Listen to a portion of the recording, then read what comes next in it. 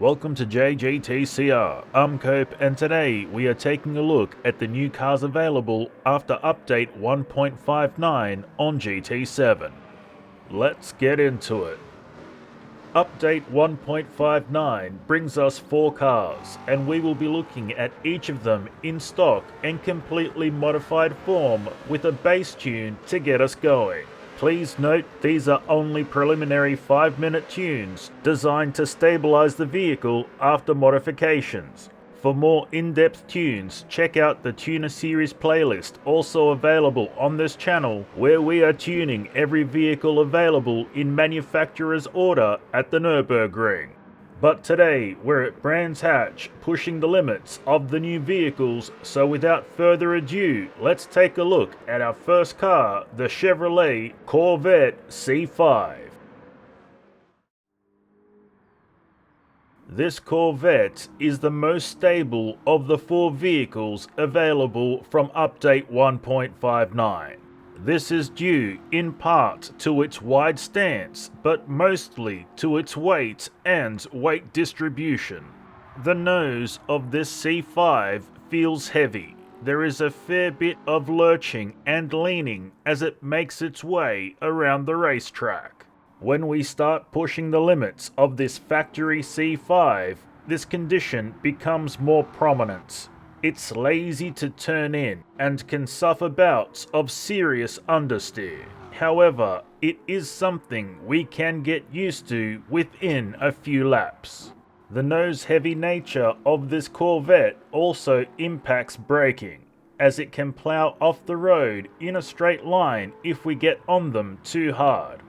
There is a reasonable amount of power available, but wheel spin is not too much of an issue. When slides do occur, they are easy enough to control, however, they do impact our lap times greatly. And now a quick peek at the tune.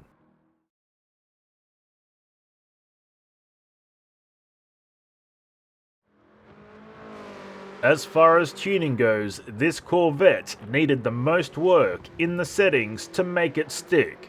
It had a very nasty tendency to oversteer heavily when braking.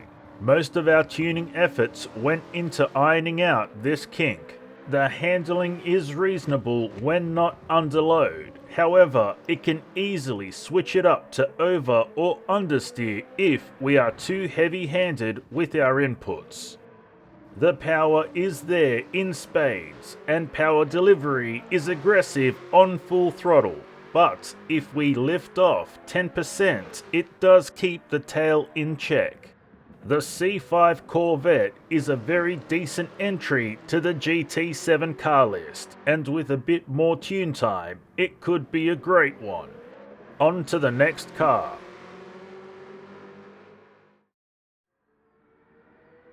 The Ferrari 812 Superfast is the fastest vehicle in the update, but driving it quickly can be a difficult chore. The front end of this Ferrari is very floaty indeed, which is strange considering the FR layout.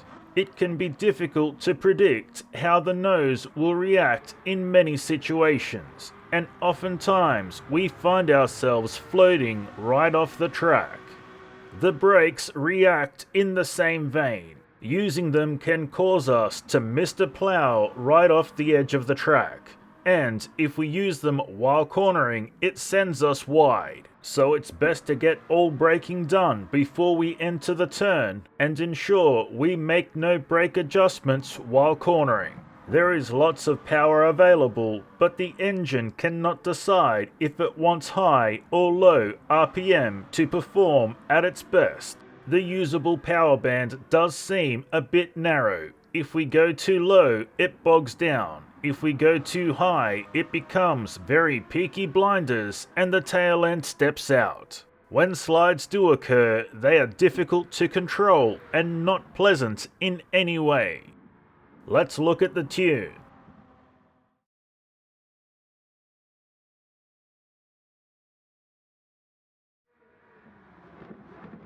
When modified and tuned, the Superfast is most improved and the best vehicle in Update 1.59. Even the default settings show a marked improvement overall.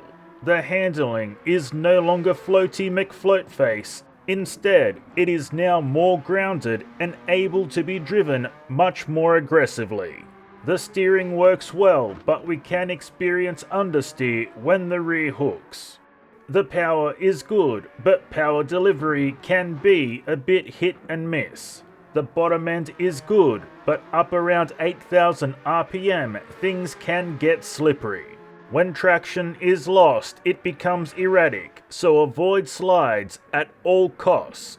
Even mild bumps can set off a chain reaction that leaves us on the green stuff facing the wrong way. If there's anything to take away from this conversation, it's that smooth driving and inputs, especially throttle modulation, are needed to put together good lap times. The Ferrari 812 Superfast is by far the standout vehicle of the bunch. On to the next one.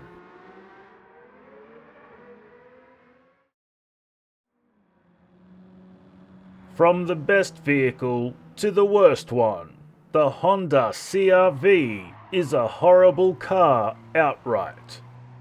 It's a hybrid, which means it's automatic, and it also seems to have a very moody, aggressive shift kit bolted on.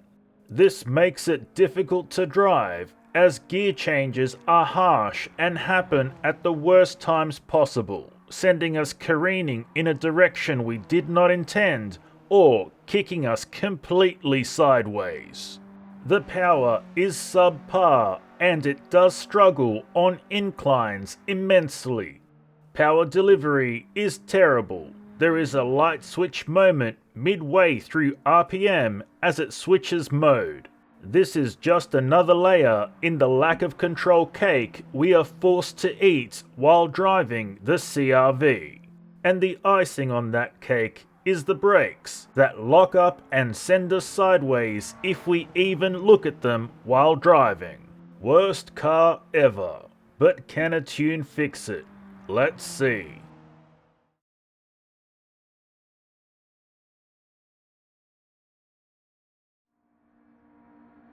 Upgrading the CR-V has somehow made it worse. Much of the modifications have accentuated underlying issues. The aforementioned problems are still present, but a new one has reared its ugly head. There is a very noticeable sticky throttle issue. When backing off the gas, it keeps the throttle on. Even when heavy on the brakes, it can take a second or more for the CR-V to begin decelerating. Further complicating the issue is the fact that the time it takes to decelerate is a variable. There's just no telling when it will start slowing down. Naturally, this makes it hard to set up for turns, and is just the cherry on top of our lack of control cake. To be fair, the suspension has helped make the car more stable, however, the tail still kicks out very aggressively, especially when shifting gears down or up and when braking. The Honda CR-V is a terrible vehicle all round and cannot be recommended in any way. On to our final entry.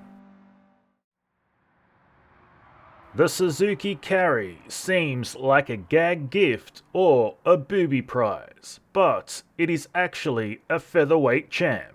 Yes, it is a very low-powered car, and it takes a while to get up and running, but it corners well because it's so slow.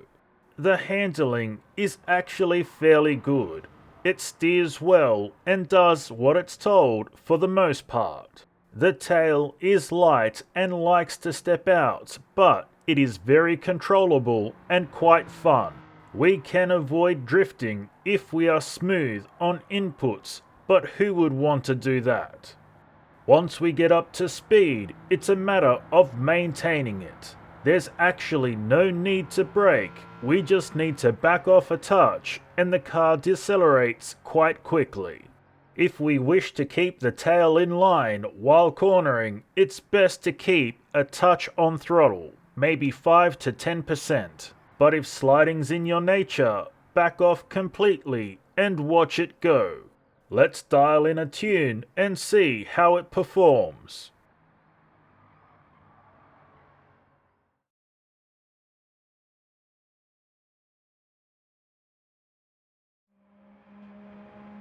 The Suzuki Carry turns into a little monster when completely modified and tuned. The very low aero up front did cause some issues on turn 1, so we did have to raise the Carry considerably to make sure it didn't ground out. On a more level track, without the intense undulation, a lower body height adjustment would be beneficial. But aside from that, all is good in Scranton. There has been an increase in power. It's definitely faster, but still comedically slow, especially considering all the modifications that have been done. Its pace is similar to the Corvette C5 in factory trim.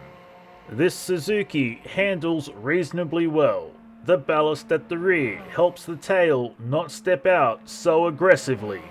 Even with the differential completely locked, slides are kept to a minimum. The Suzuki Carry is a wacky vehicle and a good bit of fun. And I'm just putting it out there, a baby truck race series would be pretty awesome. And there you have it, a quick look at all the new cars available on update 1.59 on GT7 and a quick base tune to make sure these vehicles are manageable until we get to them on the tuner series also available on this channel. And that's all we have for you today, so until next time, keep racing!